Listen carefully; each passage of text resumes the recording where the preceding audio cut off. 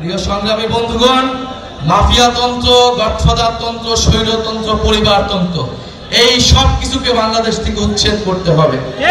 জনগণের বাংলাদেশ, গণতান্ত্রিক বাংলাদেশ প্রতিষ্ঠা করতে হবে। স্বৈরতন্ত্র, পরিবারতন্ত্র এই সব কিছুকে বাংলাদেশ থেকে উচ্ছেদ করতে হবে। প্রিয় দর্শক, আসসালামু আলাইকুম। আজকের ভিডিওর শুরুতেই আপনারা শুনে নিলেন এনসিপির নাহিদ ইসলামের কাছ থেকে তিনি পরিবারতন্ত্রের বিপক্ষে, তিনি পরিবারতন্ত্রের অবসান চান। বলা হয় পরিবারতন্ত্রকে চ্যালেঞ্জ জানানো এক নেতা তিনি, অথচ কার্যত আমরা দেখতে পাচ্ছি এর উল্টো ঘটনা। আমরা দেখতে পাচ্ছি নাহিদ ইসলামের পরিবারতন্ত্রের বিপক্ষে কথা বলার আড়ালে এক ধরনের ভণ্ডামি বা মুনাফেকি।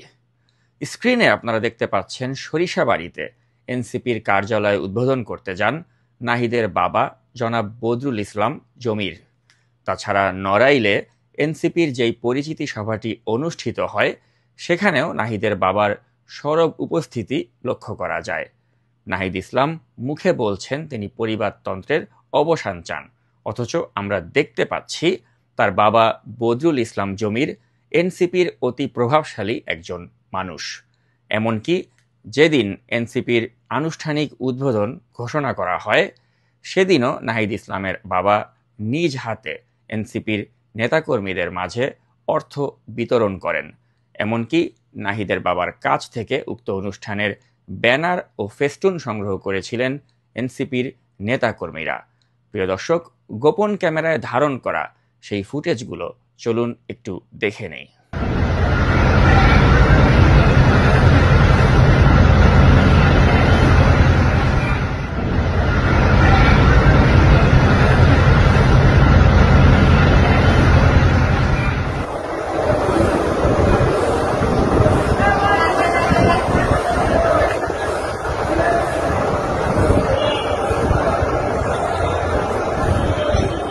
প্রিয় দর্শক, নাহিদের বাবা এই বদরুল ইসলাম জমির খিলগাঁও ল্যাবরেটরি হাই স্কুলের গভর্নিং বডির সভাপতি। 5 আগস্টের পর থেকে নিজের ছেলের পরিচয় কাজে লাগিয়ে রাতারাতি সেলিব্রিটি বনে গিয়েছেন তিনি। অথচ এই সেলিব্রিটি ট্যাগটাকে কাজে লাগিয়ে তিনি নানা তদবির বাণিজ্যে জড়িয়ে গিয়েছেন। আসুন একে একে নাহিদের বাবার কয়েকটা ধান্দাবাজির চিত্র আপনাদের সামনে তুলে ধরা যাক। পর্দায় খুলনা সার্কিট হাউসে নাহিদের বাবার একটা ছবি আপনারা দেখতে পাচ্ছেন। নাহিদ ইসলামের বাবা মোহাম্মদ বদরুল ইসলামের খুলনা সার্কিট হাউসের সামনে দাঁড়িয়ে তোলা এই ছবিটা 25 এপ্রিলের। সেদিন অনার্স ও মাস্টার্স শিক্ষকদের এমপিওর দাবির বিষয়টি নাহিদের বাবার সাথে আলোচনা করা হয় এবং এ সংক্রান্ত ডকুমেন্ট ফাইলগুলো তার কাছে হস্তান্তর করা হয়। তিনি তাদের এই দাবিগুলো পূরণের আশ্বাস দেন। প্রশ্ন হলো, তাদের এমপিওভুক্ত করা হবে কি হবে না সেই সিদ্ধান্ত প্রদানের এখতিয়ার নাহিদের বাবা রাখেন কি? তিনি কি শিক্ষা সচিব নাকি শিক্ষা উপদেষ্টা? তার তদবির করার দৃষ্টান্তের কিন্তু প্রিয় দর্শক এখানেই শেষ নয়। স্ক্রিনে আপনারা যে ছবিটা দেখতে পাচ্ছেন সেটা 2024 সালের 11 আগস্টের।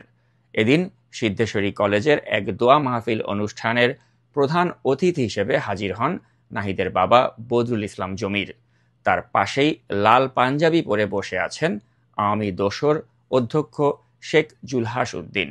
জুলহাস তার এই পদটি ধরে রাখার জন্য নাহিদের বাবাকে ঢাল হিসেবে ব্যবহার করেন। জুলাই আন্দোলনের সময় শিক্ষার্থীদের ভয়, ভীতি, দমন পীড়ন করার অভিযোগ রয়েছে এই অধ্যক্ষের বিরুদ্ধে।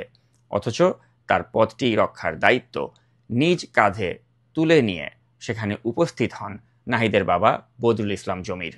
এই শেখ জুলহাস উদ্দিন এখনও এই সিদ্ধেশ্বরী কলেজের অধ্যক্ষ হিসেবে দায়িত্ব পালন করছেন। তিনি হাসিনার জন্মদিনে কেক কাটতেন, পদ্মা সেতুর উদ্বোধনের অনুষ্ঠানেও হাজির হতেন। মুজিবের প্রত্যেকটি ঐতিহাসিক অনুষ্ঠান তিনি কলেজে পালন করেছিলেন। এমন মুজিব প্রেমী এবং হাসিনা প্রেমী মানুষকে স্বপদে বহাল রাখতে তদবির করেছেন নাহিদ ইসলামের বাবা বদরুল ইসলাম জমির।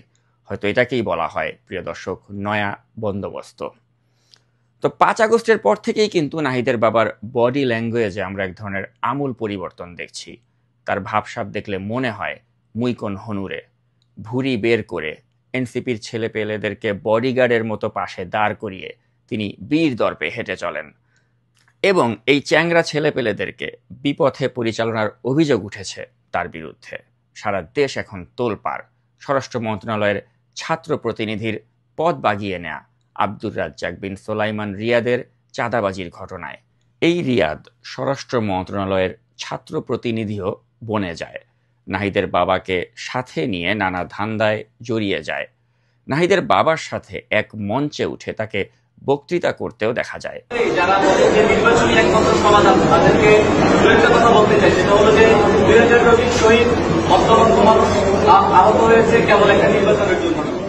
যারা বলেন যে নির্বাচনী একমাত্র সমাধান, তাদেরকে একটা কথা বলতে চাই, সেটা হলো যে 2000 শহীদ অত্যন্ত মানুষ আহত হয়েছে কেবল একটা নির্বাচনের জন্য।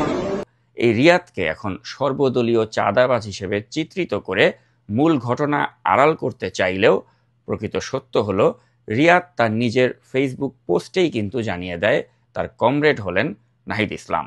5 আগস্টের আগে নদীতে গোসল করা রিয়াদ 5 আগস্টের পর 5 স্টার হোটেলের সুইমিং পুলে গোসল করে, আঙ্গুল ফুলে বট গাছ বানিয়ে আলিশান বাড়ি তোলে, এমনকি থানার ওসির সামনে গিয়ে ঔদ্ধত্যপূর্ণ কথাও বলে। আমি উচ্চারণ করতে পারতেছি না, গণদলায় লিখে আছে, আমি উচ্চারণ করতেছি না। আমরা তো অন্য কোনো জায়গায় দিলে প্রথমত গায়ে হাত দিই, ওনাকে উপর থেকে নিচে নামাইছে, ওনাকে কেউ নাম ব্যবহার করছে না। আমি উচ্চারণ করতে পারতেছি না, গণদলায় লিখে আছে, আমি উচ্চারণ করতেছি না। আমরা তো অন্য কোনো জায়গায় দিলে প্রথমত গায়ে হাত দিই, ওনাকে উপর থেকে নিচে নামাইছে, ওনাকে কেউ নাম ব্যবহার করছে না। তো প্রিয় দর্শক, রিয়াদের এই ঔদ্ধত্যের দায় নাহিদ ইসলাম এবং নাহিদ ইসলামের বাবা কোনোভাবেই এড়াতে পারেন না। মহাধান্দাবাজ নাহিদের বাবাকে আমরা আজকাল দেখছি প্রভাবশালীদের সাথে সখ্যতা গড়তে।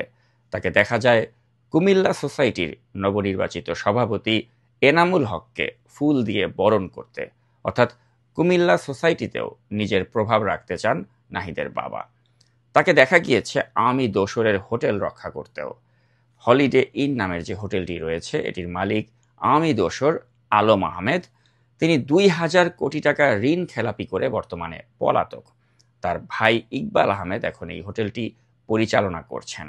আমরা বিশ্বস্ত সূত্র থেকে জানতে পেরেছি 5 আগস্টের পর নাহিদের বাবাকে একাধিকবার এই হোটেলে নিয়ে গিয়েছেন এই ইকবাল আহমেদ, এবং নাহিদের বাবাকে ম্যানেজ করেই মূলত তিনি এই হোটেলটির স্বাভাবিক কার্যক্রম এখন অব্যাহত রাখতে পারছেন। অর্থাৎ আমরা দেখতে পাচ্ছি যে ফ্যাসিবাদের দোসরদের হোটেলকেও এখন রক্ষা করতে নেপথ্যে ভূমিকা রাখছেন নাহিদের বাবা। তো প্রিয় দর্শক, আমাদের জুলাই আন্দোলনের হিরো এই নাহিদ ইসলাম এবং তার বাবার এই অপকর্মগুলোকে এভাবে আপনাদের সামনে এক্সপোজ করার কোনো ইচ্ছাই কিন্তু আমার ছিল না, কিন্তু আমার মনে হচ্ছে যে এনাফ ইজ এনাফ। আমরা এদেরকে অনেক সুযোগ দিয়েছি, কিন্তু এরা আমাদের জুলাই যে সেন্টিমেন্ট বা স্পিরিট, সেটার সাথেই তারা বিশ্বাসঘাতকতা করেছে, এবং সেজন্যই আমরা মনে করি যে এভাবে একটা দেশ চলতে পারে না।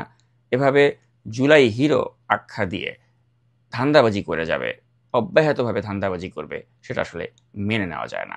প্রিয় দর্শক, এতক্ষণ আমার সাথে থাকার জন্য ধন্যবাদ জানিয়ে আজকের ভিডিওটি এখানেই শেষ করছি। আল্লাহ হাফেজ।